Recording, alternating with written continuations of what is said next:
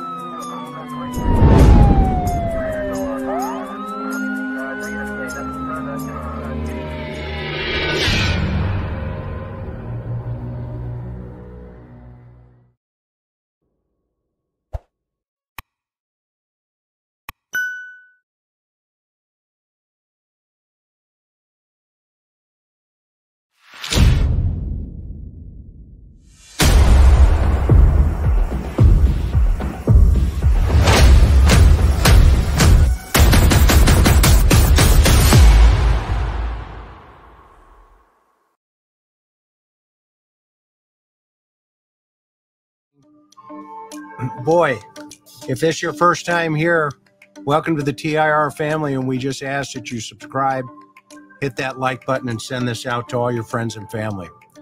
Well, tonight, back by popular demand, is my buddy, retired special agent, FBI special agent, Jeff Wood. You remember he shared his never-before-heard details in the Boston Marathon bombing, and you guys asked if he would come back to talk to us a little bit about the worst of the worst in gang members throughout this country. Jeff, as you recall, was a special agent for over 20 years. He worked complex criminal investigations of notorious gangs, including the Bloods, Crips, Hells Angels, MS-13, and many others. And tonight we're going to tap into that experience and learn a whole bunch about these individuals. He's an expert in interviewing and interrogation, and he's also created multi-agency task force, and these guys have been going after the worst of the worst for many, many years. He's also been an expert witness to testify about these things in both federal and the state courts. Jeff started his career in the United States Army as an airborne ranger. He served in Panama as a platoon leader and a scout sniper platoon leader as well. After the Army, he served in the Bureau of Diplomatic Security, protecting U.S. and foreign dignitaries. And from there, he went to the U.S. Embassy in Bosnia, and before joining the FBI, and this was before he joined the FBI. During his time at the Bureau, the FBI, Jeff served in various investigative and supervisory roles in Boston and Washington, D.C. As an FBI agent and a rep to the Bureau of Justice Assistance, Jeff taught law enforcement from around the country, and he has conducted complex gang investigations. And since that time, he's got a cush position working as an adjunct professor at Boston College and a member of the Cold Case Foundation. I'm here to tell you, if you've never heard Jeff speak before, you are in for a treat. He is a brilliant mind. And boy, what an investigator who knows gang members, probably some of the best in the country. This guy is up there with that top tier. So that said, let's welcome my buddy, Jeff Wood, to the program. Jeff, welcome again to the program, bud. Thanks, Chris. Appreciate it. Man, I am so excited that you came back to, as by popular demand, as you are aware of, because there were so many people asking about, hey, would he keep, talking about some of these gang things and some of the MS-13 as well as, just gangs in general. So I know that you have, just speaking to you, one-on-one behind the scenes, you have this immense wealth of knowledge about these characters. Take us back to, let's go back to, early, when this stuff really started to kick off and what parts of the country, and then let's end up in this huge operation that your team and you being on the gang task force, the supervisor of a gang task force, taking these, probably the worst of the worst. I mean, the MS-13 those guys are they're bad. They're really bad. So take us back into, how this all started, you think, in this country and where we're at today. Well, it's not how I think, it's how I know. Okay. I just want to make sure I put that out there. I would tell you this. In 1979, 1980, you had a large immigrant population of El Salvadorians living in LA.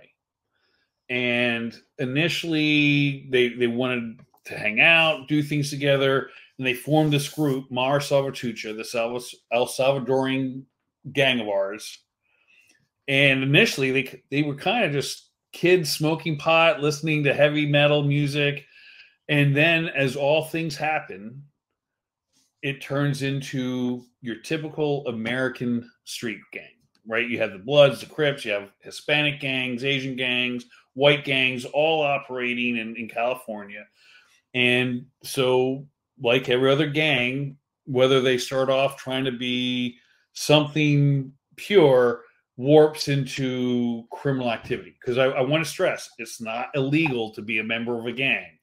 It's illegal for you to use that organization to further your criminal enterprise. So you start having violence between gangs in the 80s, and these El Salvadorian immigrants are getting locked up for committing felonies. So it's starting to explode. They're starting to get their name. And once they enter the prison system, in certain areas of the country, you definitely see more of a racial connotation to the gangs. So most of these kids, though, and when I say kids, what's the average age of when they're getting jumped into these centers? At that point, you'd have teenagers. Today, in today's day and age, you're having kids as young as 11 years old starting to get into the gang. And if they're homeboys in El Salvador, which they are, by the age of 15, they've committed at least 5 murders. So early on, though, right, what you're talking about here, there was a lot of turmoil in these Central America, Latin America countries, right? And go ahead. Yes. So you had the Civil War in El Salvador. Right. So these immigrants were fleeing the Civil War. Right. So they do have some of these immigrants have skills. They served in the military. They served in the guerrilla forces, and they're coming here. And then when the violence started taking place, when the gang morphed into what we consider an American gang, they're committing violent acts. They're selling drugs. They're doing whatever gang we think of is committing. They're in jail. They're still MS, Mar Salvatrucha. But then they have to show their allegiance to the Mexican mafia, which runs the Hispanic prison gangs, right? Or all Hispanic gang members. You being from California, MA, the Mexican mafia, they're in charge of the prison of the gang members, right? So MS adopts 13, which is a number associated with the Mexican mafia, and that's how they show their allegiance to the Mexican mafia. So it's interesting that even though out on the street, there are a variety of, neighborhoods, which, right, they're barrios, right? Right. Even though out on the street, everybody is kind of, within their own clique. But when they go to prison, explain exactly what takes place when they enter the joint. Well, in California, what you saw was Hispanic gangs formed together to protect themselves from the white gangs, the black gangs, the Asian gangs. And in each gang, like the white gangs do the same thing, the black gangs do the same thing, and so it's very based on race. Mm-hmm. In the Northeast where I was, out in Boston, we would see Crips that you had white Crip gang members and leaders. You'd have Asians in Bloods, so you'd have a mixed race of people working together. So mm-hmm. It depends on what part of the country, what prison systems you're in. In California, we saw the breakdown of we're staying within our race in the prisons. And you throw your allegiance to the strongest gang, which was the Mexican mafia inside the prison system. They ran, or as you know, they run the Hispanic prison. So every Hispanic gang throws their allegiance. But based on these arrests, you know, since they're not U.S. citizens, after they got done their prison sentence, they're deported back to El Salvador. So now when they're deported to El Salvador, the leadership is starting to become more popular in El Salvador. The gang is becoming strong in El Salvador. And when gang members would come back into the States, it's no longer now contained in LA. It's now spreading throughout the United States where there's large Central American population. So we have this civil war going on, these individuals fleeing, and they get to the U.S. and they get in these problems. They go to the prisons. MA basically says, you're with us now. And then they go back to El Salvador. And so let's talk about MS-13 in El Salvador and how, what kind of control mechanisms and organization do they have down there? MS-13 is extremely organized, and we've seen it morph to what we have now. And it continues to morph. They continue to adapt. But right now, you have the LRANFA, and that is the leadership of the organization. And it's led by a kid by the name, his street name is El Diablito, and his disciples. And, you know, Does that mean the devil? Yes. And his 13 disciples, right? And they're all in prison. They're all in prison, and they run the gang from inside the prison. And so, again, this is a morphine. So back in the day, you'd have cliques, and they just did their own individual thing. And cliques could have clique-on-clique violence. Well, the leadership in El Salvador said, enough, we're going to change this. And they developed the programs. So you have LRANFA in charge of everything. And then you have different programs, and cliques will fall under the programs. So, for example, we saw in an investigation that we started in and around 2012 and made our arrests and indictments in 2016, our cliques fell under what they called the East Coast program. So you'd have LRANFA, and they'd send out their orders to the leadership out on the streets, and you'd have programs under this. And you'd have El Salvadorian leaders in charge of these programs. You'd have the Hollywood cliques that also fall under the Hollywood program, the East Coast program. So you'd have a leadership in El Salvador, and then there's a leader in the United States for each program. And then each region would have some leaders for the region. So for the Northeast up in Boston, we'd have a couple leaders or a couple representatives representing the East Coast program, and then the cliques would fall under that program. So how far out? I mean, are they on both coasts and in the middle and up north? What's their reach? So the main leadership's out of El Salvador. Okay. But Honduras and Guatemala are the three main countries with MS-13. But they're throughout Central America, the United States, Canada. You've got MS-13 now in Europe.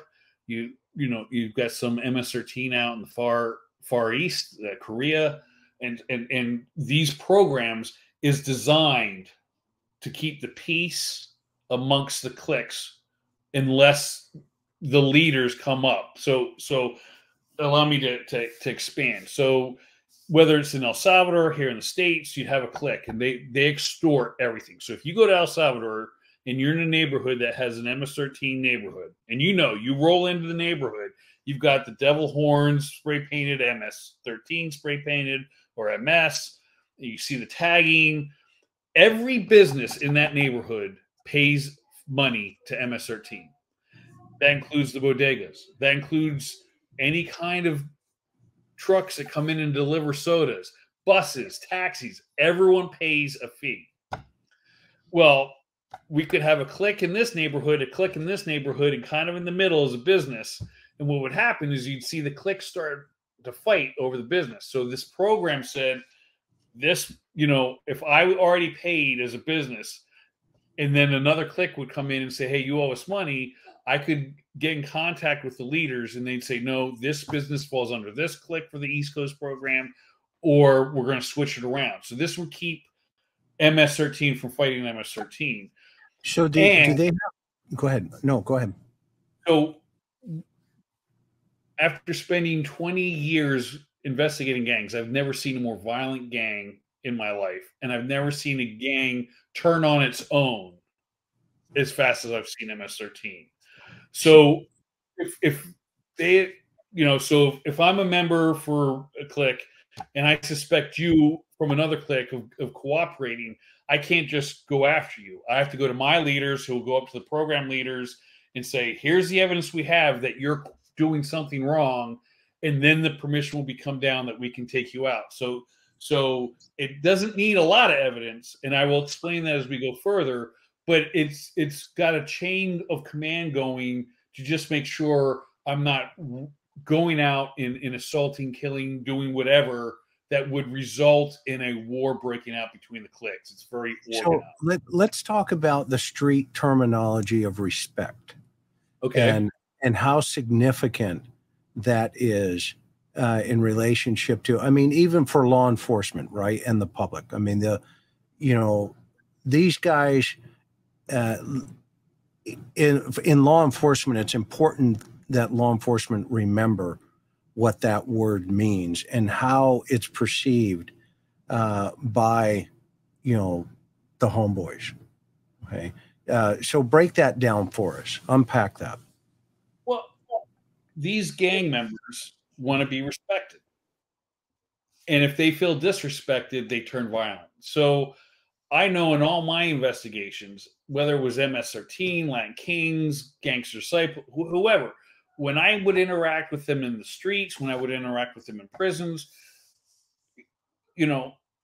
I treated them with respect. And if they came at me in a way that was disrespectful, then I would turn it on. So I remember one day my partner and I rolled into a neighborhood. We're dealing with a couple of the kids, and they never knew that my partner was Puerto Rican. He looked whiter than I did, but he was Puerto Rican, so he spoke fluent Spanish. And they made some comments about, hey, there's many more of us than them. We could take the guns and shoot them. Next thing you know, he gives me a hint. Next thing you know, he's drawing, then I draw, and we put everyone on the ground. And he reminds everyone real quick, I speak Spanish. You want to make a threat like that and disrespect us, we're going to come back and show you who's boss, right? But if you come in... And they were good with that, weren't they? Absolutely good with it. Right. I had a source once who said, hey, you always treated me with respect. When I stepped out of line, you came at me, you did the appropriate thing. And then once it was over, you went back to showing me the respect I deserve. So, if I had to cuff you, if we're in the fight, you cuff them, the fight's over. And then you're getting them sitting up and you're talking to them and you're just being very respectful. And gang members remember that, and they will reply in kind. And it's very important. But that doesn't go towards rivals, though. So unpack that piece of it. When let's say there's rival, like to your point earlier, right? Well, rivals, it depends. Okay. MS-13, they don't have. I mean, there is respect shown in a way. Latin Kings. If we're in an area, maybe I'm not on my turf. I'm not going to go out of my way to necessarily disrespect you right up front. But you see gang members, and MS-13 is notorious for this. They see a rival, they're ready to go after them right then and there. If they can get away with it, they're going, and it's on.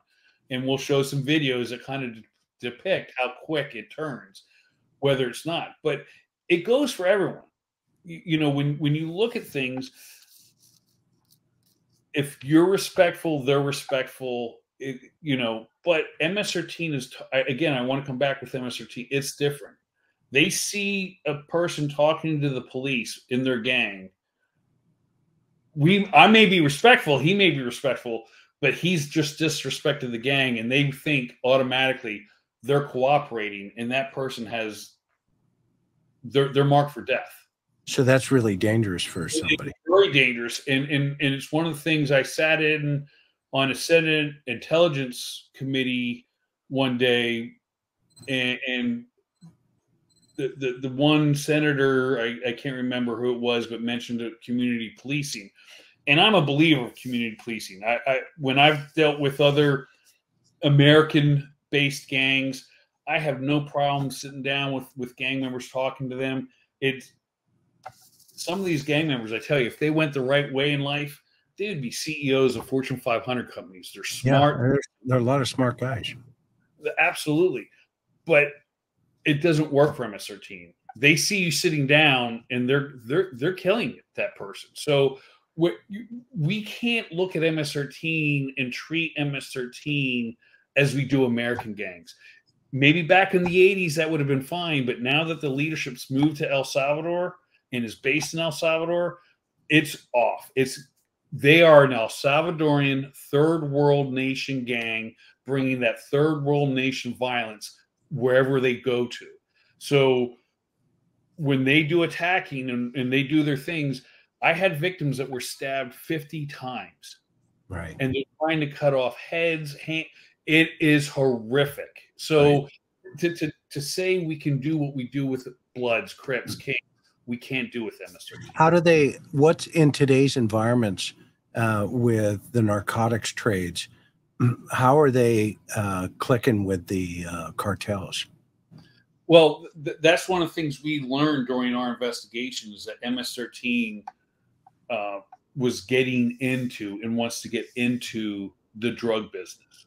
Oh, so my partner of 20 years, a state trooper, he came up with the phrase, we say street gangs, they traffic in narcotics. They're selling crack, heroin, coke, whatever on the streets. He said MS-13 traffics in violence because they are about the control of their territory, the control of their community, the fear they install. And all gangs, to a level, install fear in their communities that they operate in, but MS-13 does it better than anyone else. And one of the things that we've seen, especially here in the States, is we don't hear a lot about the extortion that goes on. We know it happens, but you go and talk to a shop owner, a bodega owner, and they won't tell you anything. Why? One, they come from a country where the cops and MS-13 are at war and they're killing each other. It's, the wars between the two is horrendous. But on top of that, they come here and they say, MS-13's threatening me, but they're threatening me through my family in El Salvador. So if I come here and talk to you, I may not be hurt, but my aunt, my uncle, my mom, my grandfather, they're going to be killed for me talking to you. So no one wants to talk to us because how do we here in the States protect their family in El Salvador? Yeah. So they do a very good job of putting that fear throughout their entire communities, whether it's in El Salvador or here in the States. And it's a shame because people will say, I've seen this, politicians have said it, well, how can MS-13 be the most violent gang in the world? They're not as strong. They don't have as many members as the Latin Kings or whoever. But they're so quick to kill, faster than anyone else that I've seen operating, that's why they're so dangerous and why they are the most dangerous gang. I had a source that worked for me, and before he became a source, he was probably one of the most violent gang members I've ever locked up. Wow. We were doing an investigation against him and his gang, and he was running stuff from inside state prison during the case. We got word of when he was getting released, and we planned the takedown for that release date because he already let everyone know on the streets, this is the first person I'm going to shoot when I get out. So when we go to arrest him, it's literally, he's out processing. He thinks it's good. He gets escorted from one room as he out processed from state court, brought into a room where we're there to lock him up. And the first thing he says to us is, oh man, you're lucky you're locking me up in here, or I'd have taken some of you out with me. So, I mean, violent. That's interesting. And they make it personal because they don't use a lot of guns, do they? MS-13 doesn't. This kid did. But MS-13, they use guns. They have click guns. Right. But one of the things we've seen with them is in order to, and you don't have to describe it. It's just the brutality of it. Right. Right. They have to get wet, and that means coming out when I'm using my weapons and getting wet from the brutality of what they're doing. So let me I'm gonna tee up a video here that you shared with me that we can share, and it's tell me when to stop. Okay. And walk us through. Well, first of all, walk us through what are the steps to becoming an MS-13 gang member. Okay, so when you're recruited, right now they're saying I've learned that there's 4 steps in the recruitment process. When I was doing my investigation, it was predominantly 3 steps, but I start being observed. I'm starting, and so I'm a very low-level gang member, and then they're like, okay, we want him as a member, and so I become a paro. Means I'm the lowest level. I act as a lookout. So, yeah, what are the job description? Yeah. Maybe I'm selling marijuana out of our they call it a destroyer house. That's where their base of operations is a destroyer house. I'm selling marijuana. I'm selling drugs. I go out and I patrol, and I kind of just keep an eye out. So somebody's out doing an extortion, I'm kind of watching his back. Very low-level things. Now, you say patrol. What's that mean? It means I go out and I protect my territory. I go out, I look for the rivals. I protect my territory from the rivals. Maybe you're off on a mission, and I'm patrolling to make sure no one comes and interferes with your mission. So I'm patrolling. So then you get promoted to Chikeo when you're starting to make your bones. You're starting to show that you're in the gang. And Chikeos, you're now becoming more active, but you're not a homeboy yet. But now you're going to be tasked where you're going to be committing, as I said earlier, in El Salvador, and we're, it's coming here. It may not be fully here yet, but you have to kill 5 people in El Salvador at minimum. And then do you get a tattoo for that? Do they get a mark? Remember the old teardrop everybody used to say for every year in prison? I remember tear marks. Before we answer the tattoo questions, let me finish this, and then I'll answer some tattoo questions. Okay. So after I've committed my 5 horrific acts, I get jumped in on homeboy. So at 15 years old in El Salvador, you're a homeboy. By the FBI definition of what a serial killer is, you're a serial killer. Wow. A 15-year-old homeboy who then comes to the United States has more authority, more respect than an MS-13 homeboy who became a homeboy in the United States. Because in El Salvador, you have to have 5. Right, and it's just been recent where they're trying to impose the same 5 here in the United States. Wow. So these kids coming from Central America that are coming here, are they put in leadership positions over these guys here in the U.S.? Well, it depends. You see, everyone is a homeboy. So when you have a clique, they have the first word, palabra, the second word, or they call them runners. Those are the 2 leaders of the clique, kind of guiding the clique. They're the leaders. But every homeboy has the same authority to make votes. But yeah, I mean, they may send someone up saying, hey, we want you as the leader here because we don't have a good leader and we want you to take charge. But if I come from El Salvador, I'll have more respect as a homeboy being promoted from El Salvador to homeboy than someone who, let's say, has been here 10 years and got promoted at year 5. I'd have more respect from everyone, including that guy, than whatever. So once I'm a homeboy, I'm a full-fledged member. You can get tattoos now, but it's one of those things where El Salvador at one point made it illegal. If you sported an MS-13, you could just go to jail right away for 5 years. Oh, wow. Tattoo. MS-13, they're smart. They see what we do and how we identify them. So they're going out and saying, don't tattoo up like you used to. We've all seen the photographs from El Salvador. I have some. Right, I'm going to show you. Some it's MS-13, their whole face, everything's tattooed. They're saying don't do that anymore because, especially in the States, they identify us, they know we're MS-13, and they target us because of that. So let's limit that thing. Interesting. So Go ahead. they constantly morph. They learn what we do and morph to make it harder for us to do our job. Interesting. So there are 4 stages, and once you become a homeboy, that's like you're walking on water. Yes.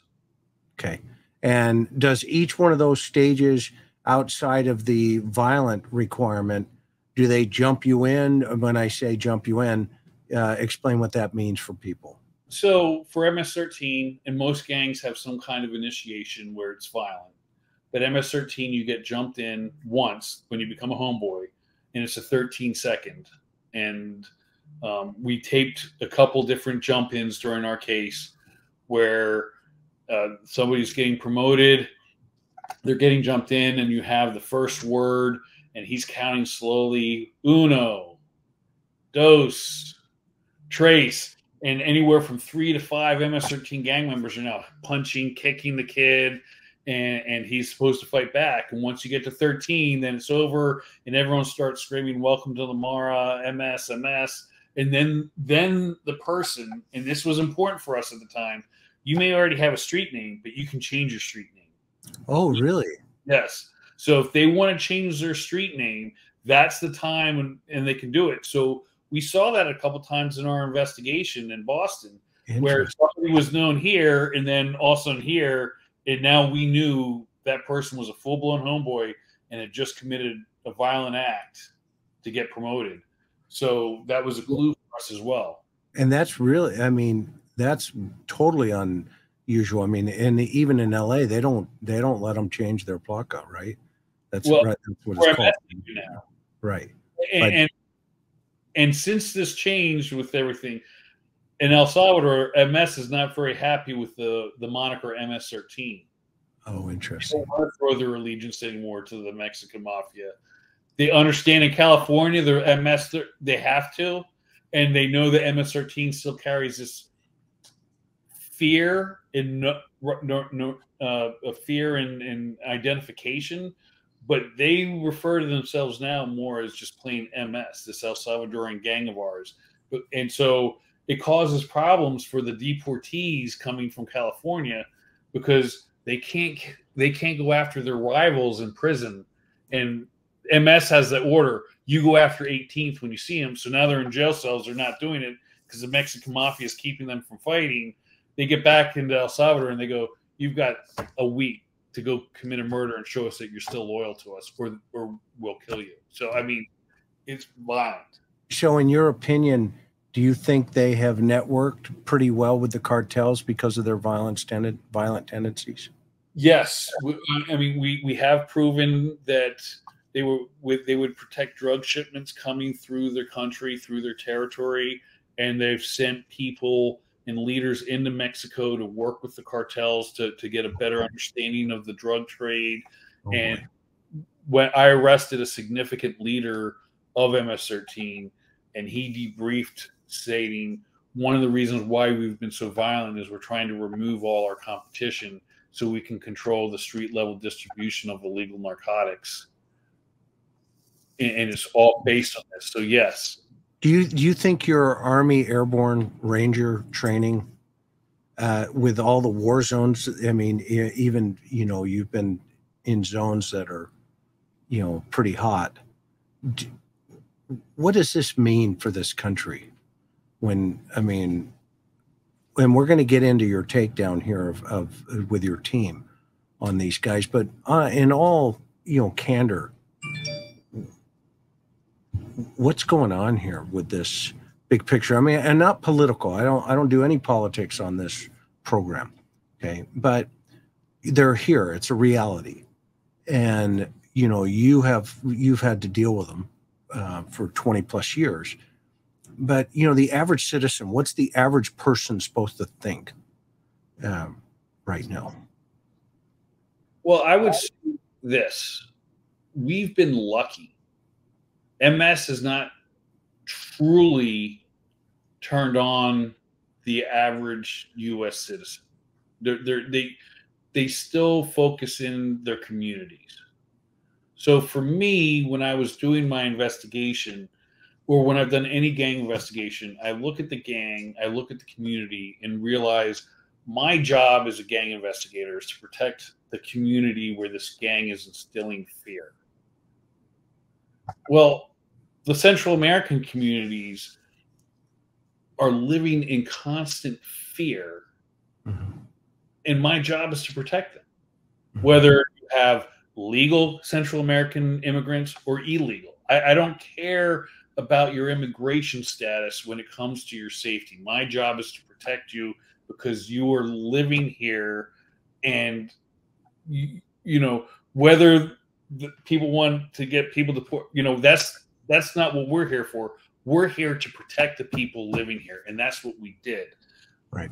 But we need to be cautious because we recorded some very significant, once in a lifetime leadership meetings. So remember when the FBI did the recording of the mob, where the mafia brings people in, and we had the and everyone was, oh, Johnny Briscoe, right? Or what was his name? Briscoe? Johnny Brasco. It was they had an undercover wire meeting. We had somebody willing to wear wire in a meeting, and they discussed in this meeting death sentence. Yeah.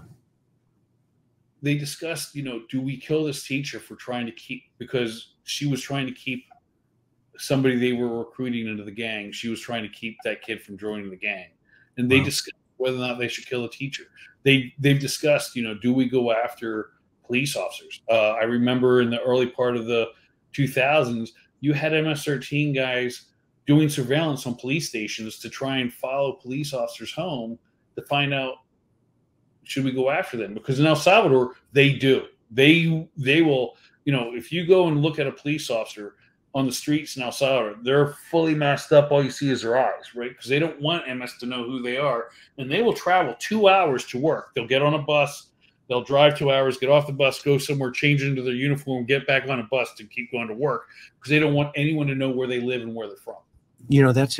That's really interesting you mentioned that, because you and I have both experienced, even the hardcore gangbangers here in the U.S., there's a rule. It's a unwritten rule. I mean, we never messed with their families.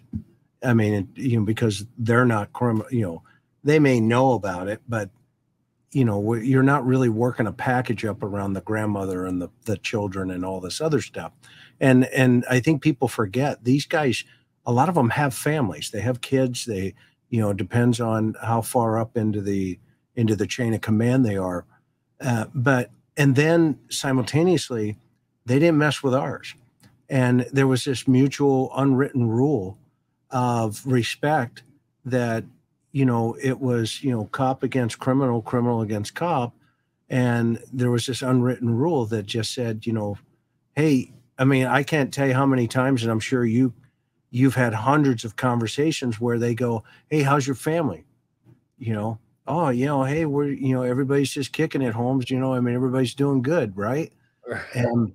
And there's this, it's the weirdest dichotomy, but it's really this messaging of there is honor within the criminal element, and that in of itself respected, the law enforcement element. Now, if you had ever hurt a child or something, well, even those guys are like, oh, well, we'll handle that, right? We'll handle that problem. But not with MS. MS will go after families, will go after kids. In El Salvador. In the States. Oh, wow.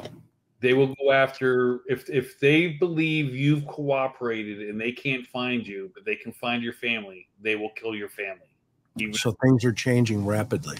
Yes. Again, how did Chicago, LA, Houston, New Jersey, New York, how do those gangbangers, how are they dealing with that? You mean which gang? The MS or the rival gangs? The rival gangs, any of them. Well, the big thing is it's totally different for them, right? It is, but again, the one thing we've seen, not that MS won't fight with other gangs, but the predominant gang they go after is 18th Street, which is another El Salvadorian gang. So it's still predominant. I will never say never, because that's just not true. And I would never paint myself into a corner where I'm saying this is only how it can be. But the predominant violence that we see is MS versus 18th Street and close associates with 18th Street. So if 18th Street is teamed up with a neighborhood-based gang in a neighborhood, which we saw in Chelsea, Massachusetts, MS would be after both of them. But it's not where I typically see MS going, let's always start a war with Latin Kings, or let's start a war with the Bloods. It can happen, but they're predominantly going now typically after their rivals before they go after other gangs. Wow. So, but again, I've seen it where MS has fought Latin Kings in the Northeast. I've seen them go after Bloods. So it does happen. It's not, I want to stress, it's not just this. It is everything, but predominantly here. Guys and gals, if you're just joining us, please hit the like and the share button on this one.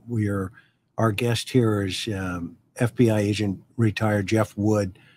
He's now an adjunct professor teaching at Boston College, but as you can tell, he is an expert in criminal violent behavior in relationship to not only just gangs, but he also worked on the Boston Marathon situation behind the scenes, where he obtained the gun that killed Officer Collier and the MIT officer that was murdered within a couple of days of the initial bombing in Boston. So we've invited him back if you're just joining with us. So Jeff, let's get into this video that shows a couple of guys and walk us through what we're seeing here. Okay. So right now, this gang member is talking to a friend saying, hey, distract the bouncer for me because he's kicked me out of the bar and I'm mad. And now all of a sudden here comes the bouncer in. You kind of see him, hey, move, let's go. And right there, freeze it right there. Right there, can you rewind it just a little bit? Absolutely. Just, okay. Let it go. I'll tell you when. Now, it was very hard to see, but if you saw it, his hand comes up to here. He has a weapon down his pants, probably around 12 inches long, that's secured underneath his pants, and he pulls it out and he goes after the bouncer. And you'll be able to see it right there. So that's the weapon he had. Unfortunately, with YouTube rules, we can't show the actual him going, but he almost took his hand off, that bouncer's hand off with that machete. And all of this was over. He was asked to leave the bar. Yep. So this goes back to your point of how fast these guys go from 0 to 60. Yes. Okay, I'm going to keep playing. So now he runs away. So that's the video. The important thing is to see he hides the weapon, and a lot of MS-13 members will hide the weapon down their pants, and when they need them, out they come, and now they have their weapon. Wow. And does this go back to obviously during the days of the Civil War?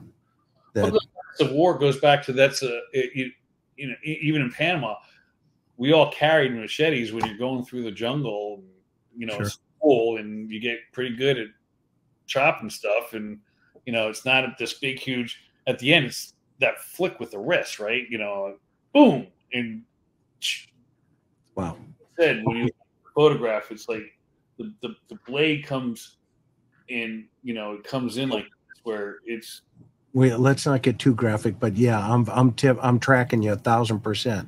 It's bad, and nobody saw anything, right? No, but we have the video, which is nice. But you won't see this as much as you used to, because this gets people identified. Yeah, this is what you were talking about. That break this down of what this is. This is just some MS-13 gang members posing, and they're all tatted up, and you can see the M in the back behind them, and they're posing, saying, "Here we are, we're MS, and this is who we are." Now, most of these tattoos are not color. Do they do these, in the joint, in the street? Where do they get most of their tats?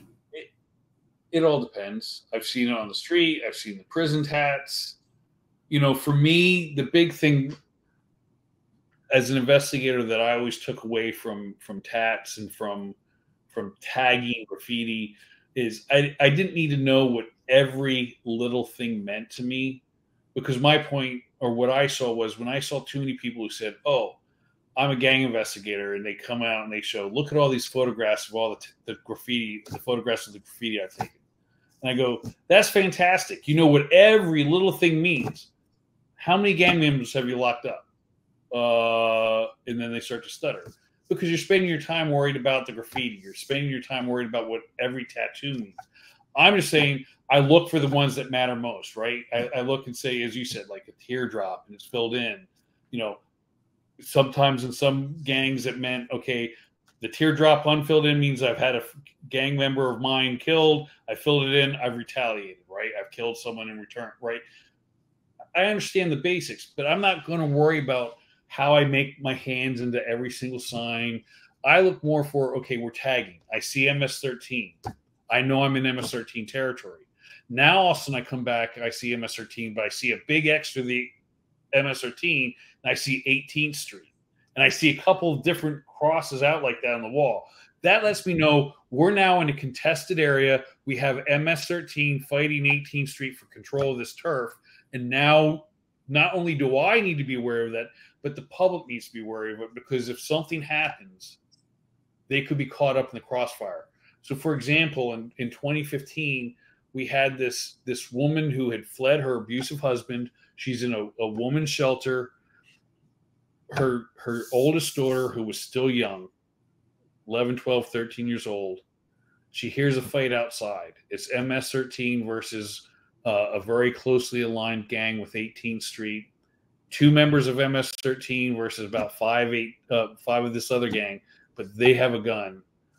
And the mom goes to look out the window as they pull the gun and shoot. They miss the rival gang members, but they shoot her in the head, and she dies. Oh, my. Cops respond to the shooting. They're not finding anything. They're getting ready to pack up when that little girl comes out and says, "Something happened to my mom." And they come in and they find her. And now she, as a teenager, a young teenager, is responsible for raising her 2 younger siblings. Wow. And so my partner Mario spent a lot of time with her and helped her get through college and helped the kids, kept them under one foster care so we could keep them together. But this is and here, this was just an American woman. It's not like she was a gang member. I think she was just hiding from her abusive husband. And so when I'm saying, when I see that kind of graffiti on the wall, I know what it means. I don't need to know, like, oh, this little sign means.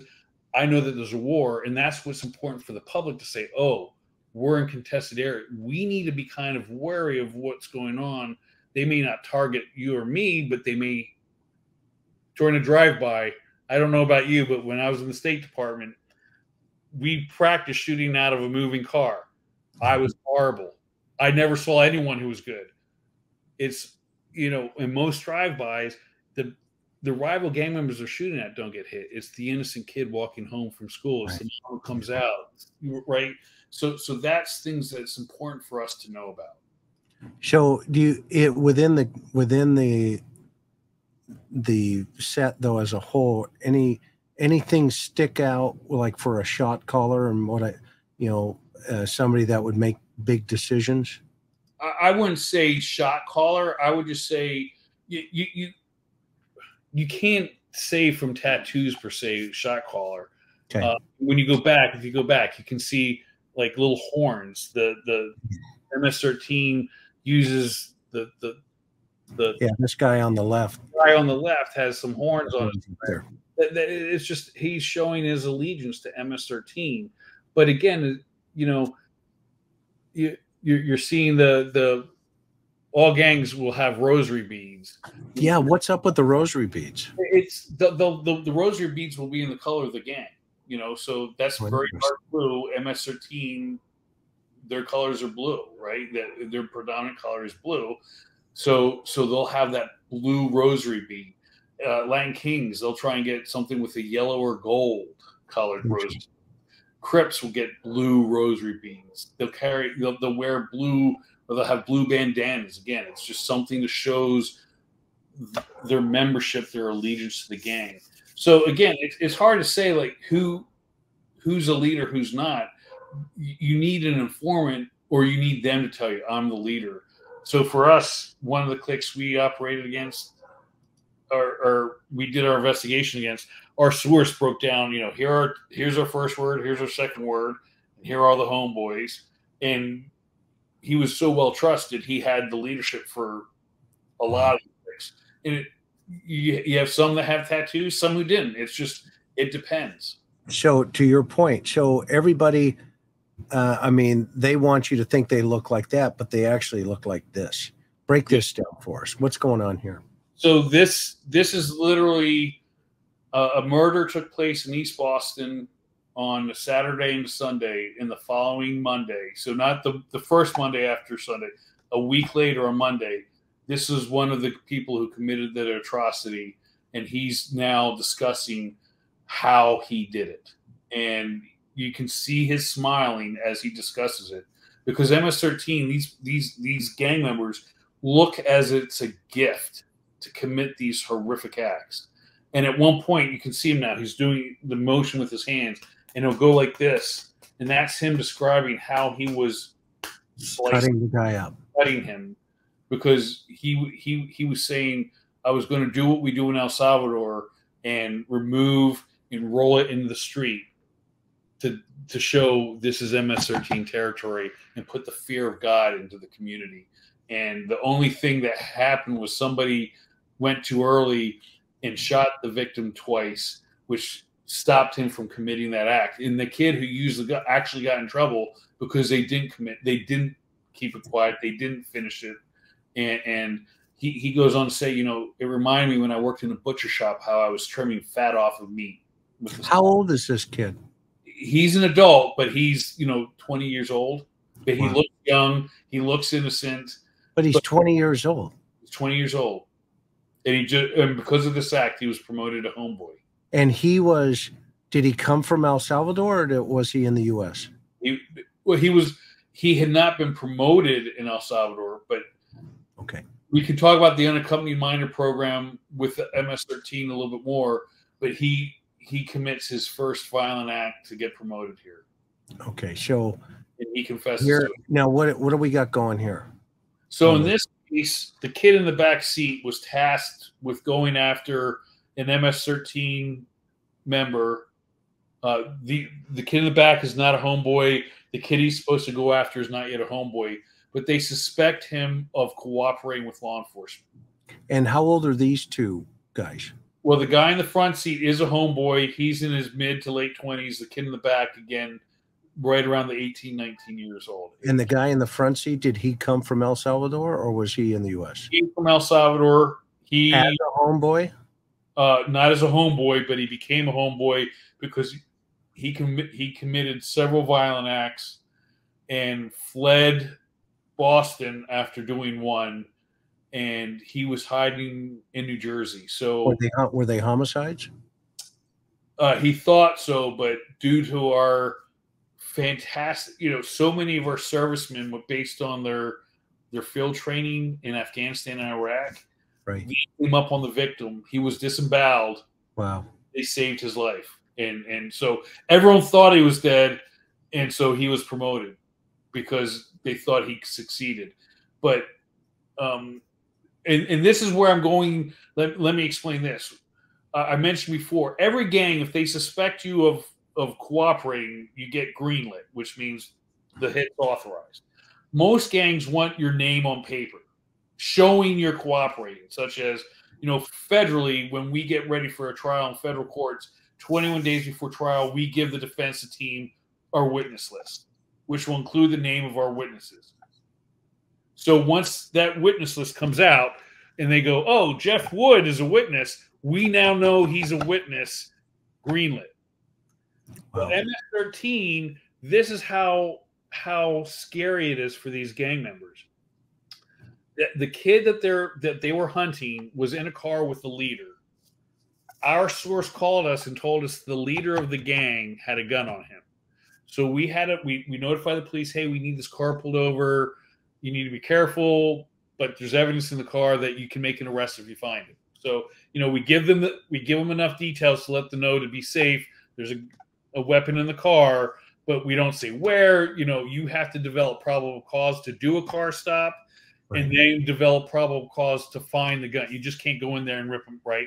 Right. And let me explain that to the public so that everybody doesn't think cops are just stopping people. This goes to what we call exigent circumstances in relationship to an investigation, everybody. So, Jeff being a task force, gang task force leadership, he can get on the radio and say, hey, we've got intel that one of our targets, our suspects, has a weapon on them. Get a squad, get a cruiser over here, find a reason to stop this guy. And typically it's, a license plate light and or a blinker or something just to pull them over. And you pull them over, and to your point, they know there's a gun in the car too. Go ahead. And once you pull them over, you'll typically see, and this is where good policing comes in. I see this, right? Right, furtive movement. An affirmative movement. I can say, based on my training experience, when the person reached under and hit something, they're hiding either a weapon or drugs, which gives me they are typically 9 out of 10 times. Which gives me the probable cause to get them out of the car and get it, right? So the police officer writes his report. I'm arresting this guy for being in possession of a firearm.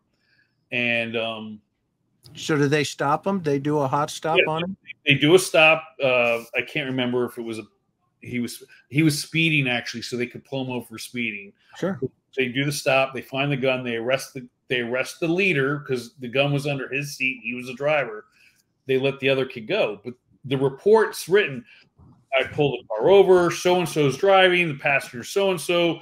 The driver made an affirmative movement. I found a gun. I arrested him for being in possession of a firearm. They mentioned the name of the other kid. Oh, no. Anything about him. They wanted to go after him. So the video you're going to show is them hunting him. And once we show this video, I'll explain more. But they're sitting catty corner from that kid's house, and they've planned. They know what they're going to do if they see him. And the kid right now is removing the weapon, one of the weapons that they're going to use. He's ready to go, and they're hunting. So what happened is our source, who's in the driver's seat, knows that the kid in the back is hunting who they think cooperated. Wow. And then this is a week before this video takes place, we find this out, and he lets us know. So they see one of the detectives that works with us sees the kid on the street. He warns him, tells him, hey, the gang's coming for you. The guy blows him off. This kid in the back can't find him. So the MS-13 leadership's mad. They task our source to pick up this leader, hitman, in New Jersey, to bring him back to teach this kid how to do it. So we get this word on Thursday, Friday that the source is going to go pick him up on Monday. So on Friday, myself, a detective, and a trooper, we go to the kid's house. It's an immaculate house. I mean, I'm sure you've seen it. I walked into some gangbangers' houses, and you need a gas mask. It's so bad in there, right? But this house was immaculate. The grandmother is there. She keeps a spotless house. Her daughter's there. Her husband is there. Their kids are there. This kid's here, but his father's working. So we come in the house. We sit him down. He's over here, like he's here. The detective is here. I'm here. The trooper's here, and then the family's on behind us here, and we're talking to him, and we warn him. And he's very disrespectful to us, and he's consistently disrespectful. And it gets to the point after we've warned him and we've talked to him for a few minutes, the one detective loses his mind and basically calls him out for being so disrespectful. And he yells at him. And you can see the grandmother and the aunt, they're like, like this look of shock, like, oh my God, what has he done? So I turn to the grandmother and I say, listen, I'm here because they're going to kill your grandson. I can't put a marked unit in front of your house 24/7. I can't. I've warned him. We've done what we can do. If he wants our help to stay safe, he needs to admit to it and start talking to us so we can keep him safe. When his father gets home, you tell the father, and if he's interested, have him call me. That night, the father called me. Monday, when they're driving, when the source drives down to New Jersey, we have that kid meeting with the U.S. attorney, talking to the U.S. attorney, because the father's fully on board now, forcing him. We have him in a hotel. On the drive back, this kid is telling them how they're going to do it. He says, I'm going to have you come up from behind with the garrote. Boom. You come in with the machete, and then I'll have a gun to finish him off. Make sure we urinate on our hands, that no gun residue gets on our hands. He goes, I did this trick in El Salvador. And so they're planning it. They get back to Boston, and our source is texting us saying, they're ready. Can I take them out? And we're like, yep, kid's safe. So this is now Tuesday. They're still hunting. They haven't found him yet. And we have the kid in the grand jury testifying, and they have no clue. But you can see them. They're looking, and anytime they saw a young El Salvadorian kid, until they identified, they're ready. They're getting ready to jump out the car and go after him. And so, and this is, I want to point something out also to our audience, that when we talk about furtive movements and stuff, right? When a police officer, imagine a police officer, guys and gals, you know, driving up and seeing, right? Seeing something like this going on in the back of a car, okay? Where this guy is pulling the seat and he's reaching in the back, and look what he's grabbing. He's grabbing his weapon. This is the type of things that law enforcement is up against every single day. Every single day. Now, the officer that may, you know, run up into something like this, and I would submit to you, there are thousands of them that see stuff like this every single day. Don't be so hard to critique the officers that are witnessing things on a daily basis, and then they've utilized that probable cause of furtive movement.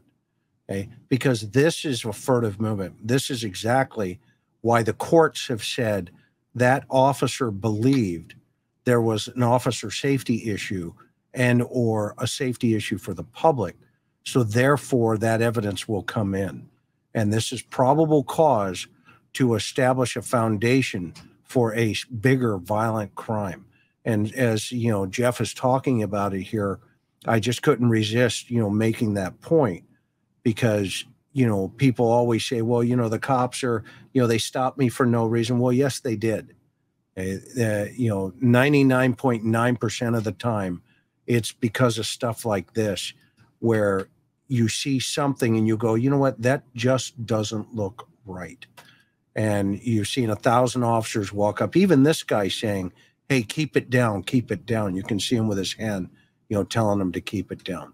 So anyway, I kind of did a sidebar there. I apologize, Jeff, but, you know, you and I and many others know that these guys and gals are out there every single day giving their lives, potentially. And these two individuals are about ready to plan a homicide, and they see a movement like this, and people say, well, why did they stop them? Well, okay, you know, let's lay some foundation here. And the only reason why we didn't stop them is we had the potential victim. Right. Put that victim into WITSEC. And so they're on the hunt. They're on the hunt. They're ready to go. You know, we have, there's the rosary. There's the rosary. There's the rosary beads again.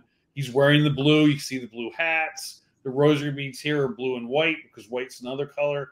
But we have the task force all around seeing this. And the source doesn't know it, but are you sure it's safe? A text will come through. Yep, we got you.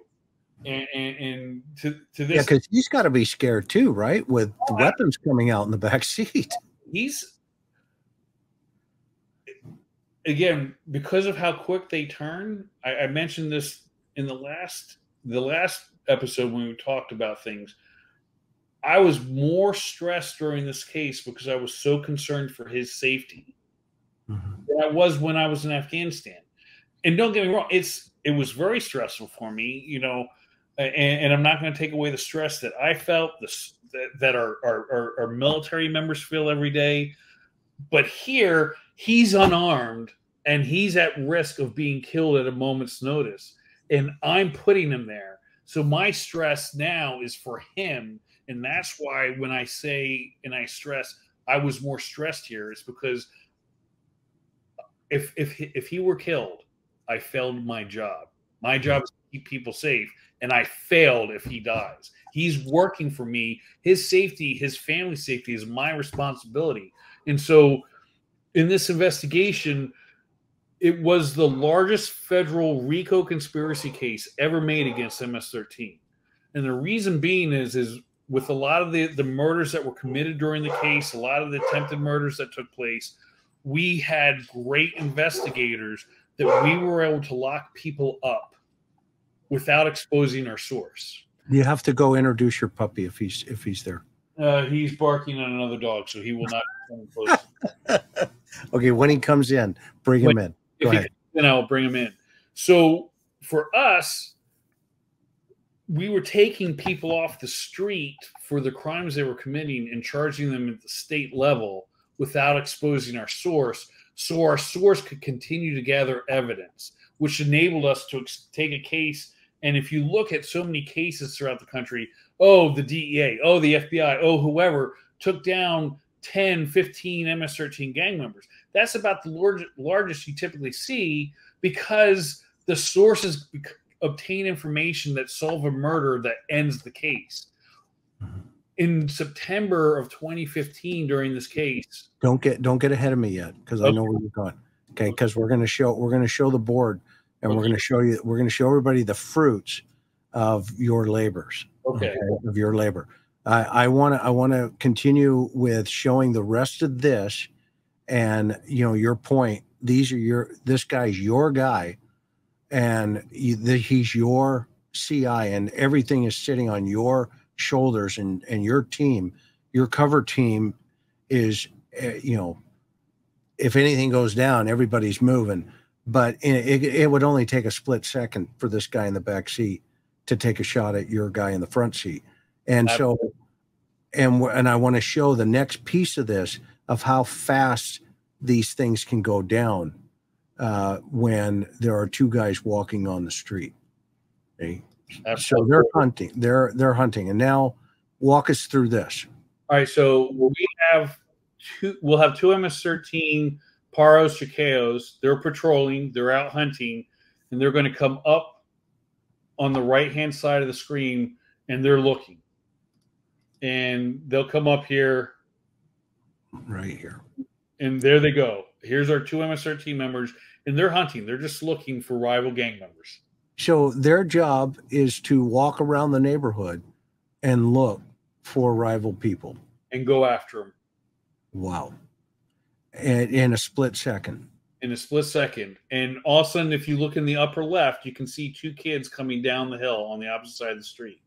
And all of a sudden, right about here, they go, oh, look who's there. You see the kid with the white hat. He kind of looks over, and this is how fat. Right there. They're gone. And it's on. It's on. That kid gets away. This kid, if you look, it's very hard, but as it goes, you see that he's holding his side as he's running. And he's just been stabbed here. It was that fast. That fast. And that kid gets to the hospital. When we have a trial, we actually bring the surgeon in to talk about what he did to save his life. And we looked at the first report, the first photograph. He goes, oh, yeah, I remember this kid. This kid died. And my partner, again, Mario, he goes, actually, no, you saved this kid's life. And he goes, oh, damn, I'm good. So you can see the stab here. You can see a stab here when you look at him. But they opened him up from the sternum all the way down to his waistline. and then it's like he's zipped up and down because they stapled him, but they had to open him up to save his life. He died 3 times on the operating table, so they saved his life, and they move him to Worcester, Mass, to keep him safe from the gang. And it's a shame because MS-13 catfishes their victims. So what does that mean, catfishes? So the MS-13 will get on social media. They'll put a photograph of a beautiful young girl, 18, 16, whatever the age group is. So in this case, they have a 16, 17-year-old because this stabbing occurred when he was 15 in 2015. In 2016, they catfish him. So for 3 months, their MS-13 gang members pretending to be a girl will talk to him saying, oh, we're just chit-chatting. We're getting to get closer. And then all of a sudden, boom, they'll go and say, hey, you want to meet? And the kid will say, sure. I'm going to send my brother or my cousin to pick you up, and he'll bring you to me, and we can go on a date. And the kid, in this case, he goes, okay, pick me up here in Worcester. And MS-13 gang members go up, pick him up. They bring him back to East Boston, and they slaughter him. Take his life. Take his life. So who are these characters? These guys are with the Lynn chapter of MS-13. They were arrested actually in 2019. They weren't a part of this case, but they killed somebody who they thought again was cooperating with law enforcement, and we were able to get the evidence and lock them up in 2019 and get them all convicted. And this is a copy of the autopsy report, just showing everybody the brutality of that particular crime. It's horrendous. 40 to 50 times. So unbelievable. That happened in 2019. But in with this kid, now this is our leaderboards and our members boards. These are people. When we got done, we initially indicted 60 targets. We took an information out on a juvenile. So federally, we need to get special DOJ approval to arrest a minor. And so we had someone who was a minor who killed someone. And so we don't indict, we get information, which is, it's a different type of charging mechanism. So let's break this down. Break down how many team members for Operation Mean Street. And you're the gang task force, one of the supervisors. I was the coordinator and I was the lead investigator. I was not the supervisor of the task force. Okay, so you're the lead. You're the case agent. Yes. So this is your caper. This is this is one of the largest MS-13 takedowns, I think, in the country, right? At the time, largest federal takedown ever. And this is the one the president touted, that we're taking these guys off the streets. With that, if you look in the center for East Side Chawachucha, if you look at the bottom, you see the kid by the name of Martinez, nickname Animal. Yes. If you remember, it was 2018. President Trump called MS-13 animals, and he was lambasted in the press for calling them animals. Well, the next day, Animal was sentenced to 35 years in prison for the murder he committed. Wow. And so it was funny because now in he was an animal. Like Animal just got sentenced. So that's where, he came back and he kind of talked a little bit about this because he saw that MS-13 gang member Animal was sentenced. So, and Animal was the video where you saw him talk. Yes. Animal committed a murder where he stabbed a kid. Again, they were out looking. There was 4 MS-13 members. They saw 218th Street. Animal went after one and caught him and stabbed him. And you have him on tape where he talks about what he did and how he did it. And so, playing that tape is very strong because, as you know, as a homicide investigator, we have details that only we know. Right. So the source and is even some of it today for officer safety reasons and other things, we don't put them into the public's arena. Right. So, but we don't want to get false confessions either. Right. So when the source is asking him, "What you do? Where'd you stab him?" He goes, "Oh, I stabbed him right here on the tape." He shows it.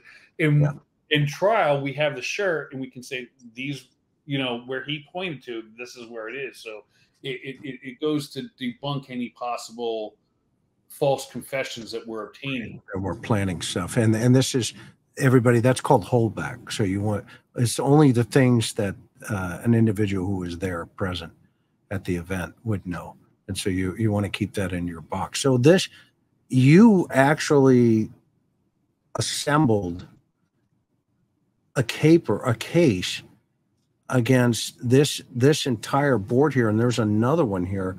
So what's this one here? So these are the other cliques of who we're arresting, and the United States East Coast program leader who went in this indictment. We got him. That caused a lot of contention between FBI Boston and FBI Washington, D.C., because he was their target, and they were really upset that we got the evidence to lock him up. And, it just, when we had our East Coast program meeting, it was, well, I don't know if I'm getting too far. So we planned the takedown. So let me back up.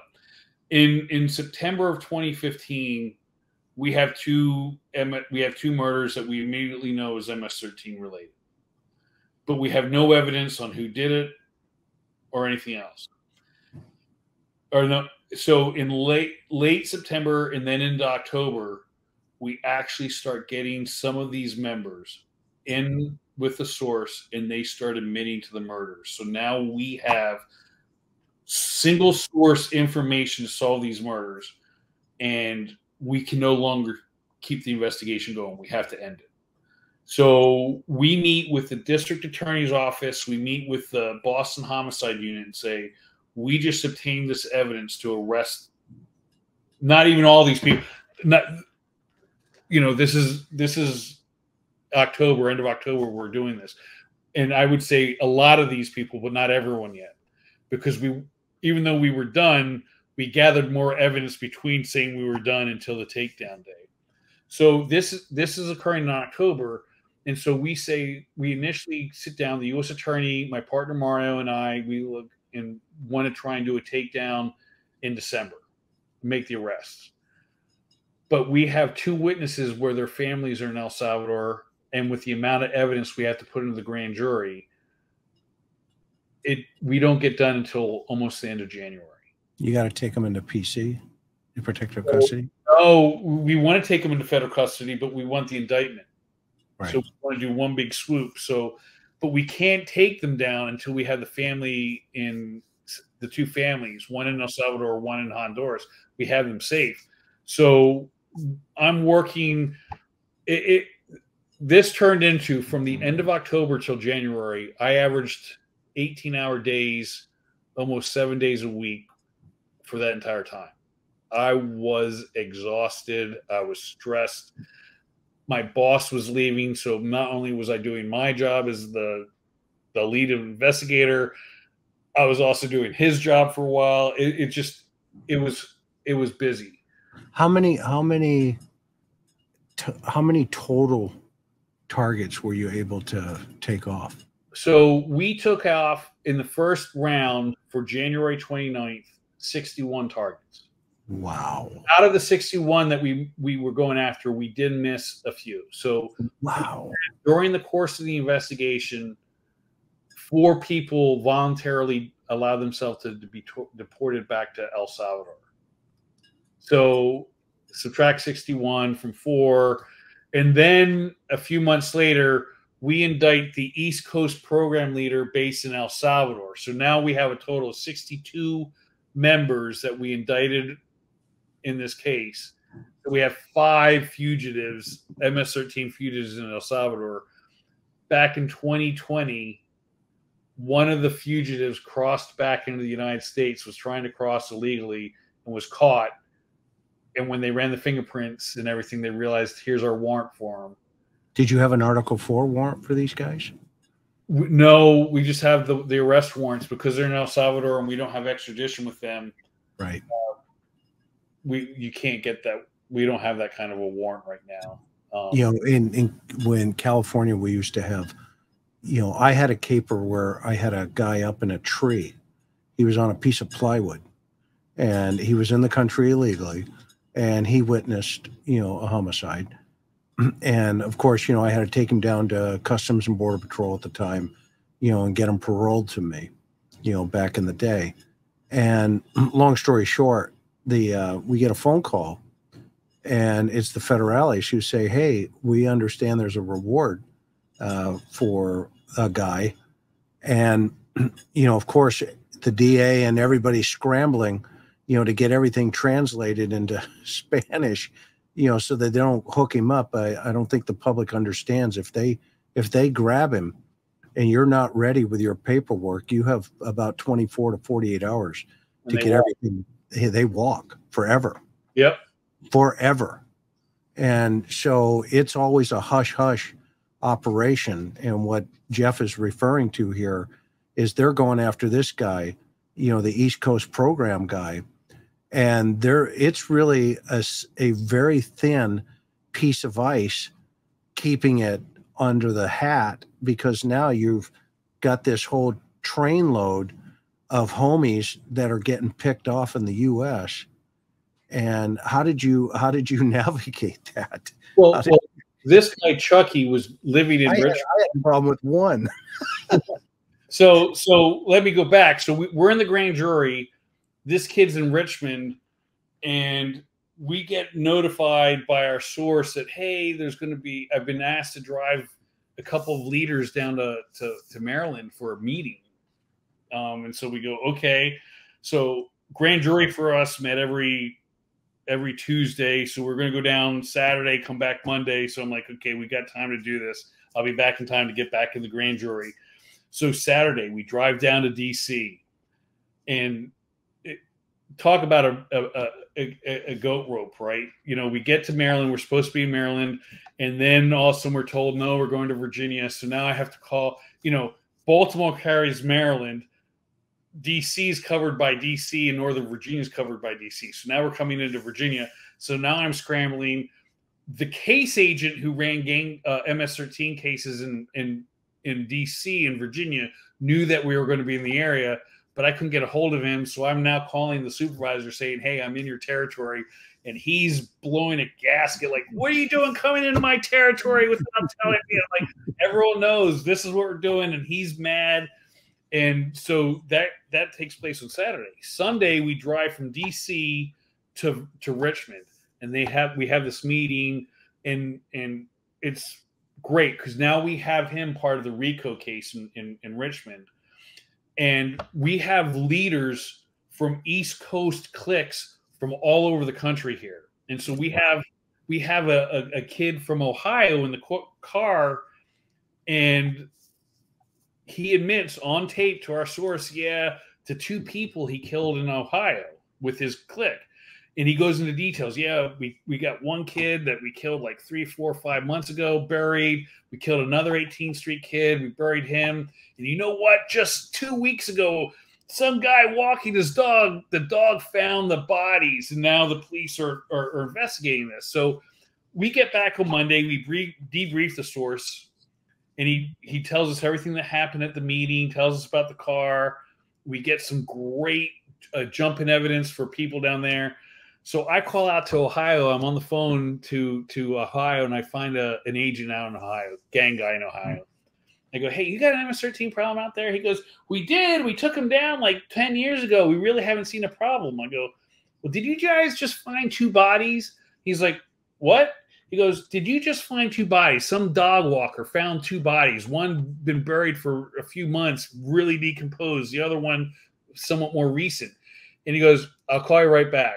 Calls me back. He's like, yeah, we have that. I said, well, that was MS-13. To this day, that guy will call, like when we have MS-13 conferences, he'll say, if you ever get a call from Jeff and Mario, unless you're ready to go to work, don't answer. Because based on that tip and the information we gave, they solved those 2 murders, several other murders, and did a 20-person takedown RICO case against what they didn't realize they had there. Wow. And all based on that one conversation in this meeting. And it was at that East Coast program meeting where we not only had the East Coast program leader in the United States giving orders, but they get on the phone, and this is unique. Based on information we provided to El Salvador, they're doing Title III intercepts on leaders' phones. They're up on the East Coast leader in El Salvador's phone. So not only is our source wearing a recorder recording this, we have the Title III recording where the kid calls in and starts giving orders. And so that's how we were able to indict these 2 leaders. Wow. And so we're going forward. We're going as fast as we can. And to this day, the one thing that does crush me was the January 10th murder, because one of the kids that we were indicting that's on that leaderboard killed again. And so if you go back one, the kid, one of the kids over here on the right killed again. And for us, you'll have to see which one, but for us, it was it hit us. We were trying so fast to get this done, and we just couldn't get it all done. And and that leads me into my next thought. I'm sorry, I didn't mean to interrupt. Go ahead. Ask first.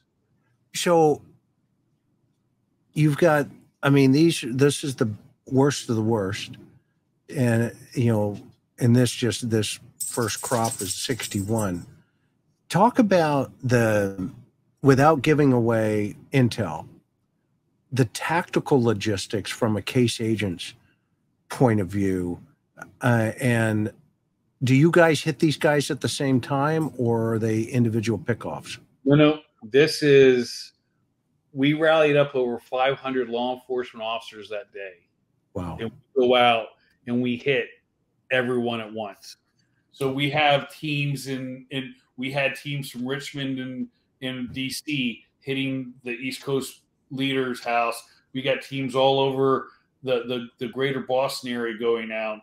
And normally my partner and I are in a mobile command post together. But because, as I said, my boss was kind of leaving, I had to go into the full command post where I'm with all the big wigs and everyone else. And, we all get in position, go, go, go. And everyone goes at once. Was that at the Brick? What's that? Is that the Brick? The Brick? Oh, no, we launched it out of the FBI field off. We have a command post at the FBI. Right.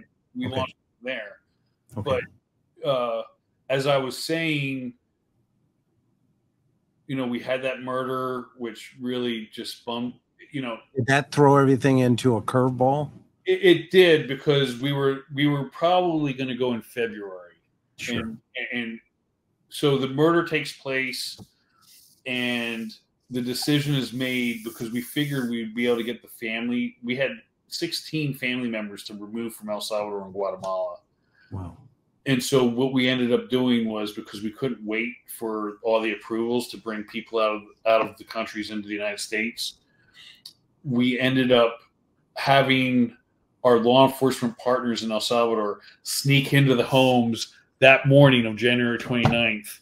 So as we're doing the arrests, they're going into the homes of our families, and they're bringing them out and putting them into a secure location until we can get them into the United States. As if it was a fake operation that they're getting arrested, so everybody in the community says, oh, yeah, they must have done something. Snuck in, got them, grabbed them, pulled them out. So, there was no anything. It's just they pulled them out, put them in a safe location, and then we paid for their housing and their food until we got to the States. But the thing that for us that was,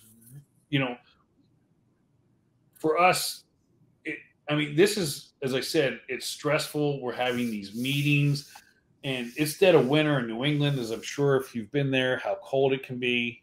Yeah. When our source goes into these meetings, most of my times I'm with sources, I've got a transmitter so I can listen to them. And if they get in trouble, they can say, help me, right? And we come in. We're not able to do that here. That there is no transmitter. They go in, we've secreted a recorder so that we can record it, but we can't hear. So we'd be like, how long do you think we'll be in there? Oh, this is going to be a short meeting in an hour. 2 hours later, he's not out yet, and I'm sweating with the air, the heat on, or I've turned the heat off. I've got the windows down, laying the cold. I'm still swimming because I'm thinking to myself, is he alive? And then as soon as he leaves, it's all. And this is where I'm saying, you know, you got the stress going, and he calls. So imagine this for several years, right?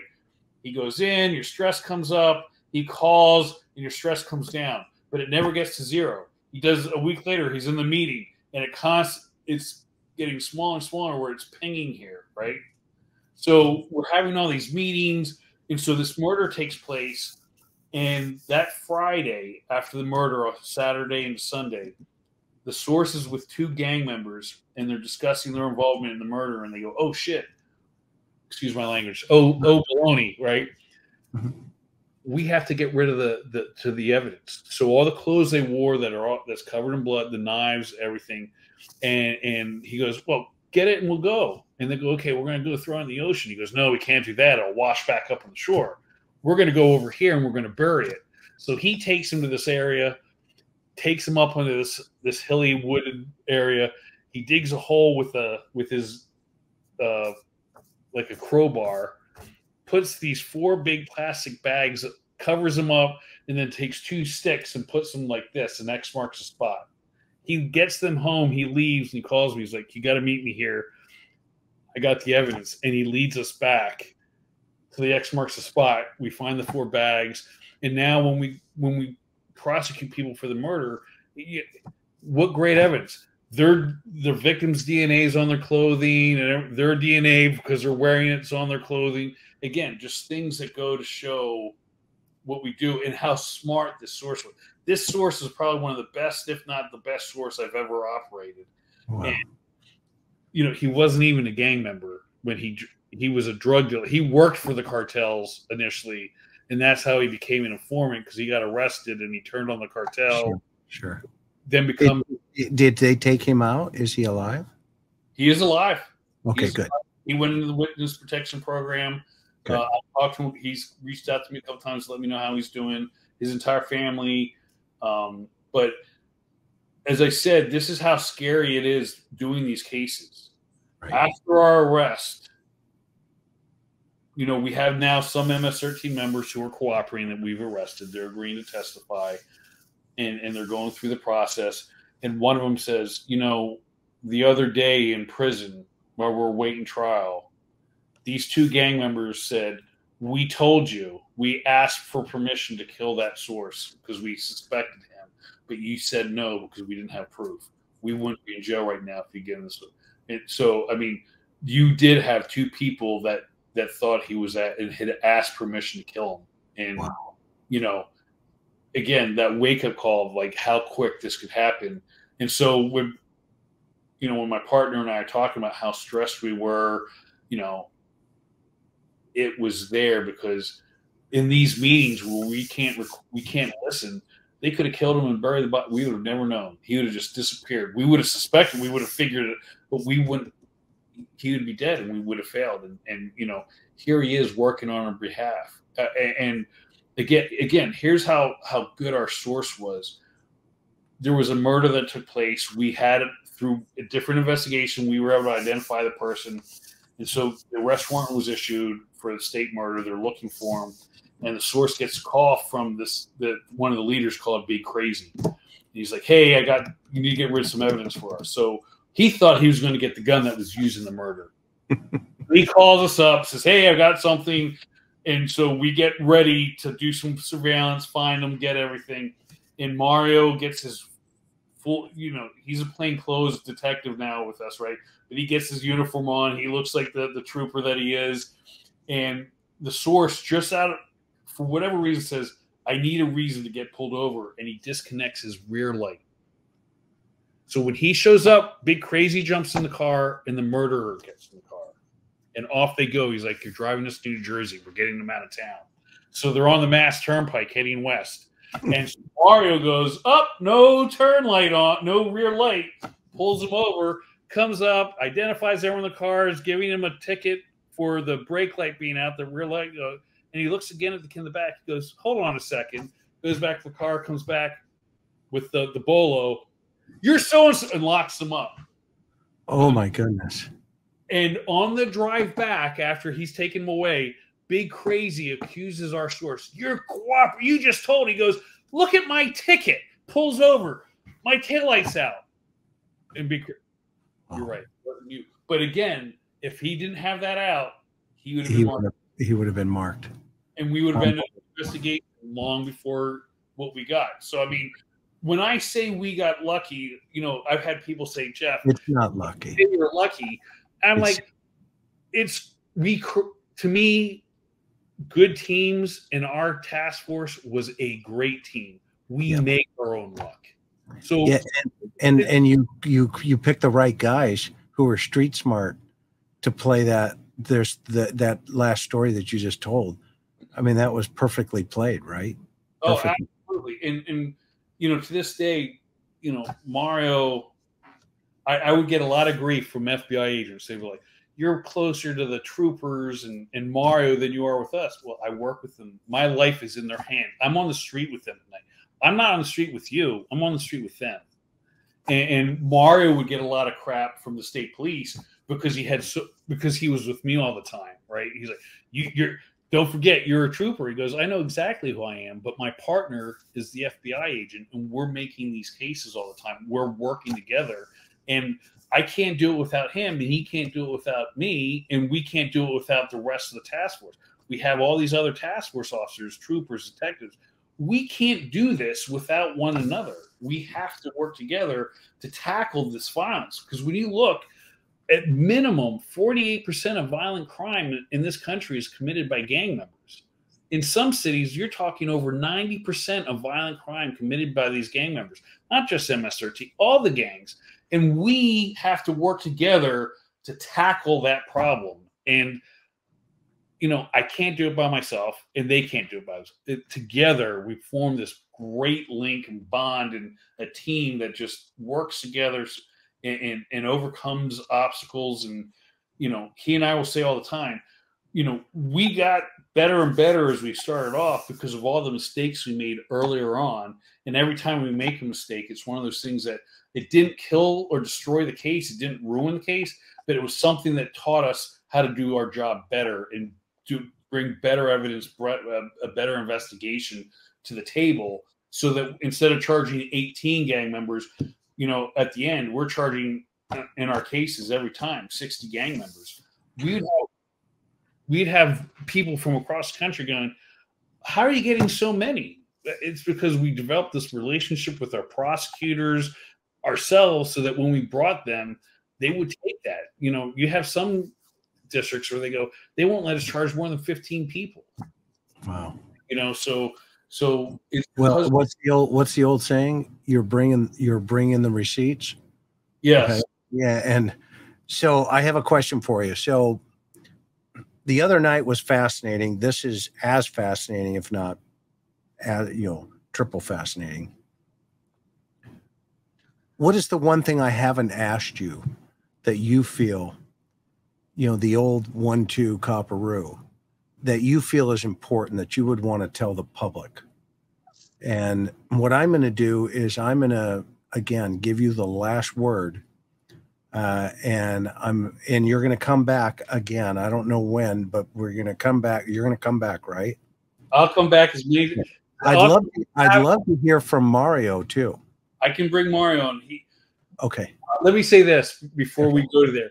Yeah, go. You know, I'm, you know, like the FBI agent, and I always played the father figure. I'd be stern with the sources. I'm not quick with the jokes. Like, I can tell a joke, but Mario's quick, and he would bust on me, joke on me all the time, you know. And on this, he would be making fun of me left and right, and I'm just not fast enough to come with good responses. So I sit here and I take it. But he and I teach together a lot when we can. And it's one of those things where, you know, I'll keep us on track going through, and then all of a sudden he'll interject, and he steps back, and I'm going, and he interjects, and he's bringing all the comedy in and bringing a different perspective, not just the FBI perspective, the state police. Best partner you could ever want. And I mean, we spent more time in the car working than we ever spent with any of our family members. We had a source named Max. His kids, when you did the Elf on the Shelf, named their elf on the shelf Max because of all the time he's working and talking about Max. So, I mean, the dedication, the partnership, the trust we developed, right? You know, especially in Massachusetts. People aren't aware of Whitey Bulger. There's a movie about Whitey Bulger and John Connolly. But there was a lot of distrust between the state police and the FBI because of this dirty FBI agent, John Connolly, and the way he handled Whitey Bulger. And we put all that aside and trusted each other. And, you know, he and I could have some drag out arguments at time. I would be wrong. He could be wrong. We could both be wrong. At the end of the day, after we yelled at each other, it was aside. We'd go back, throw a cold one down, and get back to work saying, okay, again, here's a failure that we had. Now let's be better. And we always looked at it that way. And I love, he can make fun of me all he wants. He's my brother. And I'll sit here and I'll laugh and I'll smile because, you know, he knows me and like it's easy to pick on me. But again, he's going to hammer you over this one. You're going to get some shade on this. Oh, of course. But as you know, if you're liked, they'll tease you to your face. When you're not liked, it's behind your back. So that's right. He can tease me all he wants because I know we're that tight. Well, you're a great American. You're an amazing investigator and law enforcement officer with an impeccable career. I know you married way up. It's pretty obvious. You've got so much more that we could tap into for days. And so I want to have you back and we'll figure out what that next step is. But you get the final word, and then we're going to bounce to Hawaii. Don't go anywhere because at the end of this, I want to talk to you at the end. So there you go. You've got the last word, Jeff. I want to say again, thank you for coming on and listening to this story. This was a huge part of my life, huge part of Mario's life, and the rest of the team that we work together with. But one thing I would say that to the public is whatever you see on the TV, whatever you see in the movies, that's not law enforcement. Law enforcement can be super boring 90% of the time, and then 10% you're flying by the seat of your pants and the stress level's high, and everything we see on our movies and our TV shows is Hollywood. It's not a true depiction of what we do to keep you safe. And that's our goal. Mario and I spent 20 years working together with the goal of keeping our community safe from these violent criminals. So that way, at the end of the day, mom felt comfortable letting her kids walk home from school, go play in the playground, go get a gallon of milk without having violent criminals missing their intended targets and injuring their loved ones. So again, thank you very much. And I appreciate the opportunity to come on board and provide you with this information. I hope you've enjoyed and learned something. Thank you.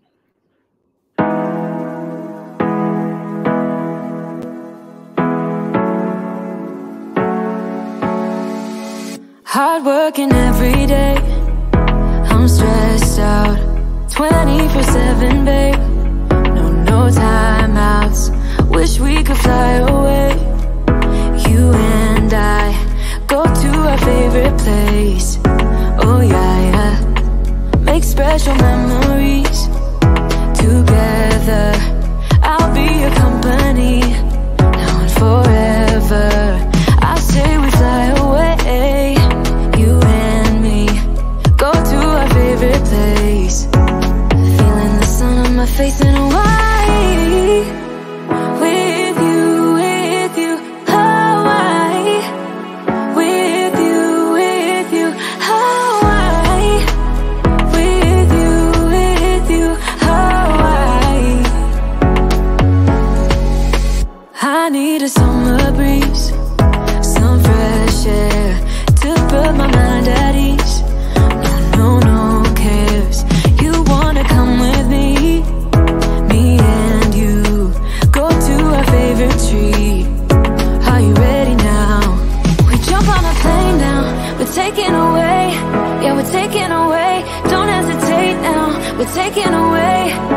taking